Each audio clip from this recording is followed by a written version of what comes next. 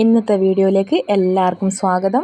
അപ്പോൾ ഇന്ന് നമ്മൾ ഉണ്ടാക്കാൻ പോകുന്നത് വേറെ ഒന്നുമല്ല, നല്ല അടിപൊളി ഒരു മുട്ട റോസ്റ്റാണ്. എളുപ്പത്തിലൊരു മുട്ട റോസ്റ്റ് നമുക്ക് എങ്ങനെ ഉണ്ടാക്കാൻ നോക്കാം.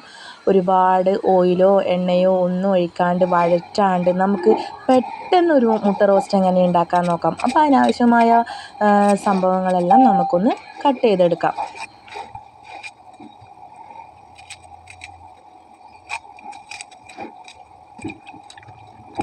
അപ്പം ഞാൻ എടുത്തിരിക്കുന്നത് ഒരു ഉള്ളി, ഒരു തക്കാളി, ഒരു കഷ്ണം ഇഞ്ചി, ഒരു പച്ചമുളക്. അപ്പോൾ ഇത് കുറച്ച് മാത്രമേ ഞാൻ ഉണ്ടാക്കുന്നുള്ളൂ. അപ്പോൾ അതിന് ഒരുപാട് തക്കാളി ഉള്ളീൻ്റെ ഒന്നും ആവശ്യം നമുക്കില്ല. അപ്പോൾ ഇതൊരു 3 മുട്ടയ്ക്ക് കണക്കായിട്ടുള്ള ഒരു ഗ്രേവി ഉണ്ടാക്കാൻ പാകത്തിലാണ് ഞാൻ ഉള്ളിയും തക്കാളിയൊക്കെ എടുത്തിട്ടുള്ളത്.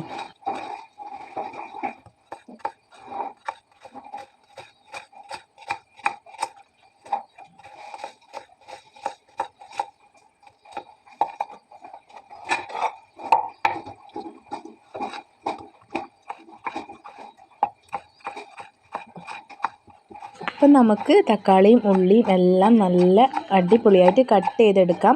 അപ്പോൾ ഈ മുട്ട റോസ്റ്റ് ഞാൻ കുക്കറിലാണ് ഉണ്ടാക്കുന്നത്. നമ്മൾ ഒരുപാട് വഴറ്റാതെ ഒരുപാട് ഓയിലൊന്നും ചേർക്കാതെ നമുക്ക് പെട്ടെന്നൊരു കുക്കറിൽ എങ്ങനെ മുട്ട റോസ്റ്റ് ഉണ്ടാക്കാമെന്ന് നോക്കാം. അപ്പം ഞാൻ ഒരു പച്ചമുളക് മാത്രമേ എടുക്കുന്നുള്ളൂ. പച്ചമുളക് ആവശ്യത്തിന് എരിവിനനുസരിച്ച് നിങ്ങൾക്ക് എടുക്കാവുന്നതാണ്. അതുപോലെ തന്നെ ഒരു ചെറിയ കഷ്ണം ഇഞ്ചിയും അതുപോലെ നമുക്ക് കുറച്ച് വെളുത്തുള്ളിയും കൂടി ആഡ് ചെയ്യണം. അപ്പം ഞാൻ ആദ്യം തന്നെ നമുക്ക് കുക്കറിൻ്റെ അകത്ത് വേവിക്കാൻ ആവശ്യമായ തക്കാളിയും ഉള്ളിയും ഇഞ്ചിയും പച്ചമുളകും മാത്രമേ എടുക്കുന്നുള്ളൂ. അത് നമുക്ക് നേരെ ഡയറക്റ്റ് കുക്കറിൻ്റെ അകത്തേക്ക് ഇട്ട് കൊടുത്ത് വേവിക്കാം. അപ്പോൾ ഒരു തുള്ളി വെള്ളം പോലും നമുക്കിതിന് വേണ്ടി ചേർക്കേണ്ട കാര്യമില്ല. ആദ്യം തക്കാളി അടിയിലിട്ട് കൊടുക്കുക. അതിന് ശേഷം മേലെ നമുക്ക് അരിഞ്ഞു വെച്ച ഉള്ളിയും ഇഞ്ചിയും പച്ചമുളകും കൂടി ഇട്ട് കൊടുത്ത് ഒറ്റ വിസിൽ, 1-2 വിസിൽ മാത്രം മതി. ചെറിയ തീയിൽ നല്ലോണം വേവിച്ചെടുക്കണം. അപ്പം തക്കാളി ഉള്ളിയൊക്കെ നല്ലോണം വെന്ത് നമ്മളൊരു വഴറ്റിയ പരുവത്തിലേക്ക് തന്നെ ആയിച്ചേരും. അപ്പോൾ നമുക്കത് കുക്കറിൻ്റെ അകത്ത് ഇട്ട് ഒന്ന് വേവിച്ചെടുക്കാം. കുറച്ച് ഉപ്പും കൂടി ചേർക്കാം. അപ്പോൾ ഞാൻ അതിൻ്റെ അകത്തേക്ക് മസാലപ്പൊടികളായിട്ട് ചേർത്തത് നമ്മുടെ മുളകും മഞ്ഞളും ഉപ്പും മാത്രമാണ്. അതിന് ശേഷം ഞാൻ എക്സ്ട്രാ ഒരു പകുതി ഉള്ളിയും അതുപോലെ തന്നെ ഒരു 3-4 അല്ലി വെളുത്തുള്ളിയും കൂടി കട്ട് ചെയ്തെടുക്കുന്നുണ്ട് കേട്ടോ. അപ്പോൾ അത് നമ്മൾ ഉണ്ടാക്കുന്ന ക്വാണ്ടിറ്റിക്ക് അനുസരിച്ച് മാത്രമേ നമ്മൾ എടുക്കേണ്ട ആവശ്യമുള്ളൂ. അപ്പം വെളുത്തുള്ളി കുറച്ച് കൂടുതൽ നമ്മൾ ഉണ്ടാക്കുന്നുണ്ടെങ്കിൽ അതിനാവശ്യമായ വെളുത്തുള്ളി ഉപയോഗിക്കും. അപ്പോൾ ഞാനിവിടെ ഒരു 3-4 അല്ലി മാത്രമേ എടുക്കുന്നുള്ളൂ. കാരണം ഇത് നമ്മുടെ മുട്ട റോസ്റ്റ് ഉണ്ടാക്കുന്നതിന് മുന്നോടിയായിട്ട് ഒന്ന് വഴറ്റിയെടുക്കാനാണ് കേട്ടോ. അപ്പോൾ ഇത് നമുക്കൊന്ന് കുനാന്ന് അരിഞ്ഞെടുക്കാം. അപ്പോൾ വെളുത്തുള്ളി ചെറുതായിട്ട് അരിഞ്ഞെടുക്കണം കേട്ടോ.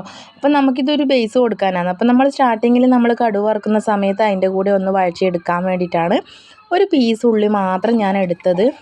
അപ്പോൾ ഈ മുട്ട റോസ്റ്റ് നമ്മൾ തുടക്കക്കാർക്ക് പോലും ഉണ്ടാക്കാൻ പറ്റുന്ന രീതിയിലാണ് ഞാൻ ഉണ്ടാക്കുന്നത്. അപ്പം നമുക്ക് ചട്ടി ചൂടായി നമുക്ക് അതിൻ്റെ അകത്തേക്ക്, ഞാനിത് വെളിച്ചെണ്ണേൻ്റെ അകത്തല്ല ഓയിലാണ് ഉണ്ടാക്കുന്നത്. വെളിച്ചെണ്ണയിലും ഉണ്ടാക്കാം, സൺഫ്ലവർ ഓയിലിലും ഉണ്ടാക്കാം. അപ്പോൾ എൻ്റെ അടുത്ത് വെളിച്ചെണ്ണ തീർന്നതുകൊണ്ട് തന്നെ ഞാനിതിപ്പോൾ ഓയിലിൻ്റെ അകത്താണ് ഉണ്ടാക്കാൻ പോകുന്നത്. അപ്പോൾ നമുക്ക് കടുക് പൊട്ടിച്ച് കറിവേപ്പില ഇട്ടു. അപ്പോൾ ഞാൻ അതിൻ്റെ അകത്തുനിന്ന് കുറച്ച് കടുകും കറിവേപ്പിലയും കൂടി തൊട്ടപ്പുറത്ത് ഞാനൊരു കറി ഉണ്ടാക്കുന്നുണ്ട്, അതിൻ്റെ അകത്തേക്ക് കുറച്ച് ആഡ് ചെയ്തു.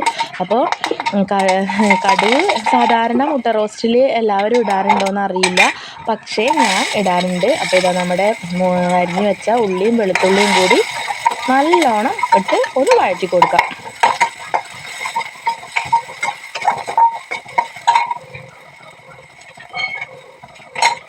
കുറച്ച് ഉപ്പും കൂടി നമുക്ക് ആഡ് ചെയ്യാം. അതിനുശേഷം നല്ലോണം ഒന്നും കൂടി വഴറ്റി കൊടുക്കുക. ശേഷം നമുക്ക് പൊടികൾ ആഡ് ചെയ്യാം. അപ്പം ഞാൻ ഇതിൻ്റെ അകത്ത് ഇടുന്ന പൊടികൾ വേറെ ഒന്നുമല്ല, നമ്മുടെ മുളക് പൊടി, മഞ്ഞൾപ്പൊടി, മല്ലിപ്പൊടി, കുരുമുളക് പൊടി, അതുപോലെ തന്നെ നമ്മുടെ ഗരം മസാല. പിന്നെ ഞാൻ നമ്മുടെ മുട്ട റോസ്റ്റിൽ കുറച്ച് ചിക്കൻ മസാലയും കൂടി ആഡ് ചെയ്യുന്നുണ്ട്.